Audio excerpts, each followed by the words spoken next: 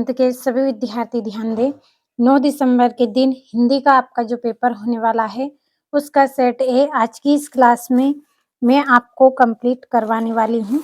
तो ऐसे प्रश्न हैं आपके जो आपको एग्जाम में जो आपका पेपर है वो 75 नंबर का है और जो सेट मैं आपको यहाँ पे दे रही हूँ, इनके माध्यम से आप 70 अंक एग्जाम में ला सकते हैं। तो उसके लिए आपको पूरे प्रश्नों को कंप्लीट करना है। तो आपको मैं यहाँ पे 3 सेट दूंगी। देखिए ये सेट बी है आपका, तो ये आपका सेट बी और ये आपका सेट सी। तो 9 दिसंबर के लिए बहुत ही इम्पोर्टेंट है, भरोसा रखें, कंप्लीट अच्छे से करना है। तो चलिए जल्दी से हम हमारे सेटों को पढ़ लेते हैं। तो ये आपका सेट ए का पहला प्रश्न, सही विकल्प चुनिए। पहला है, नवाब साहब ने खीरे की फाकों का क्या किया? तो खिड़की के बाहर फेंक दिया था। दूसरा है, वाच्य के कितने प्रकार होते हैं? वाच्य के 3 प्रकार होते हैं। अगला प्रश्न, बाबूजी किसका पाठ करते थे? तो बाबूजी किसका पाठ करते थे? रामायण का। चौथा प्रश्न है, प्रगतिवाद के कवि माने जाते हैं, तो कौन माने जाते हैं? रामधारी सिंह दिनकर। पांचवा है, विनय पत्रिका के कवि का क्या नाम है? तो इसका आंसर आएगा तुलसीदास। दूसरा है, वीर रस का स्थायी भाव है, तो वीर रस का स्थायी भाव क्या है? उत्साह। दूसरा प्रश्न, रिक्त स्थानों की पूर्ति कीजिए। तो पहला है, कृतवाच्य में क्रिया डेडेस के अनुसार होती है, किसके अनुसार? कर्ता के अनुसार। अगला प्रश्न, भोलेनाथ का असली नाम डेडेस था? तो तारकेश्वर नाथ था उनका असली नाम। तीसरा है, सूरदास के डेडेस गुरु थे? तो वल्लभाचार्य। चलिए बढ़ते हैं अगले प्रश्न की ओर। ये आपका चौथा रिक्त स्थान, सोटा छंद में डेडेस चरण होते हैं? सोटा छंद में 4 चरण होते हैं। पांचवा, श्रृंगार रस का स्थायी भाव डेडेस है? तो श्रृंगार रस का स्थायी भाव क्या है? रति। छठा, नेताजी की मूर्ति डेडेस की बनवाई गई थी? किसकी बनवाई गई थी? संगमरमर की। तीसरा है, सही जोड़ी बनाइए। पहली है, कई अंकों वाली रचना, तो इसका आंसर आएगा नाटक। दूसरी है, आदमी जात का आदमी, तो इसकी जोड़ी रहेगी पतितों के देश में। तीसरा है, प्रत्येक, तो प्रत्येक का संधि विच्छेद प्रति प्लस 1 रहेगा। चौथा है, मैया, तो मैया क्या करती थी? कड़वा तेल लगाती थी। पांचवा है, योग का संदेश, तो इसकी जोड़ी रहेगी उद्धव। और छठा है, पंचवटी, तो इसका रहेगा खंड काव्य। अगले प्रश्न की ओर बढ़ते हैं। एक शब्द या एक वाक्य में उत्तर देना है आपको। पहला है, शब्द शक्ति के कितने प्रकार होते हैं? 3 प्रकार होते हैं।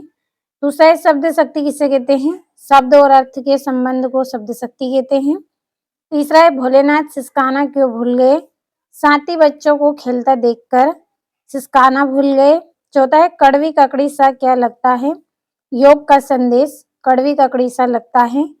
पांचवा है, वात्सल्य के अलावा रसों की संख्या कितनी मानी गई है? तो 9 मानी गई है।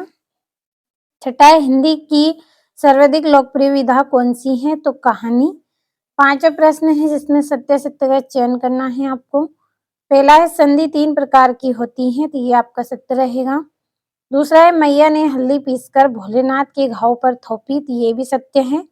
तीसरा है, यथाशक्ति अवयवी भाव समास का उदाहरण है, तो ये असत्य है। चौथा है, गोपियों ने उद्धव के संदेश को स्वीकार कर लिया, तो ये असत्य है। पांचवा है, कामयानी आधुनिक काल का श्रेष्ठ महाकाव्य है, तो ये आपका सत्य रहेगा। छठा है, पान वाला कैप्टन चश्मे वाले का भाई था, तो ये भी असत्य रहेगा। और छठा प्रश्न, नेताजी सुभाष चंद्र बोस की मूर्ति को देखकर लेखक के मन में कौन सी कमी खटकी? ये आपका छठा प्रश्न है। तो एक बार फिर से बोलूंगी, एग्जाम देने से पहले तीनों सेटों को पढ़ के आप जाए, इसी में से आपका पूरा पेपर रहेगा। तो ज्यादा समय नहीं लूंगी, जल्दी से 7वां प्रश्न पढ़ते हैं। किन आवश्यकता की पूर्ति के लिए सुई धागे का आविष्कार हुआ होगा? 8वां, यशपाल अथवा मन्नू भंडारी जी का साहित्य परिचय निम्न बिंदुओं पर लिखिए। तो रचना, भाषा, शैली। 9वां है, निम्नलिखित मुहावरों का अर्थ लिखकर वाक्य में प्रयोग कीजिए। पहला, अंधों में काना राजा, दूसरा, ऊंट के मुंह में जीरा। और 10वां है, माता का आंचल शीर्षक की उपयुक्तता बताते हुए कोई अन्य शीर्षक सुझाइए। 11वां, नई कविता की 2 प्रमुख विशेषता लिखिए। 12वां है, तुलसीदास अथवा सूर्यकांत त्रिपाठी निराला की काव्यगत विशेषता निम्न बिंदुओं पर लिखनी है। 2 रचना, भाव पक्ष। 13वां, गोपियों द्वारा उद्धव को भाग्यवान कहने में क्या व्यंग निहित है? और ये 14 प्रश्न, मिट्टी के गुणधर्म आप किस तरह परिभाषित करेंगे।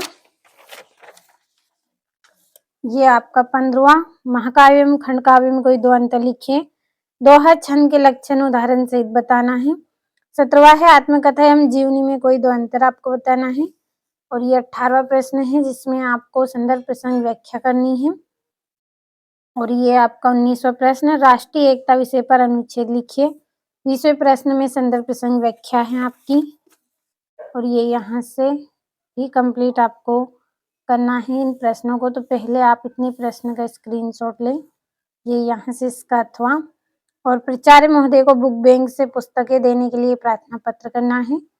और ये आपका 22वां प्रश्न निम्नलिखित में से किसी एक विषय पर आपको निबंध करना है। और ये आपका 23वां प्रश्न जिसमें अपठित गद्यांश आपको दिया गया है, तो ध्यान से इस गद्यांश को पढ़े और नीचे लिखे प्रश्नों का आंसर करें। तो अगले वीडियो में मैं आपको हिंदी का सेट बी बताऊंगी और सेट ये सी बताऊंगी। तो जब तक आप इनको अच्छे से कंप्लीट करें।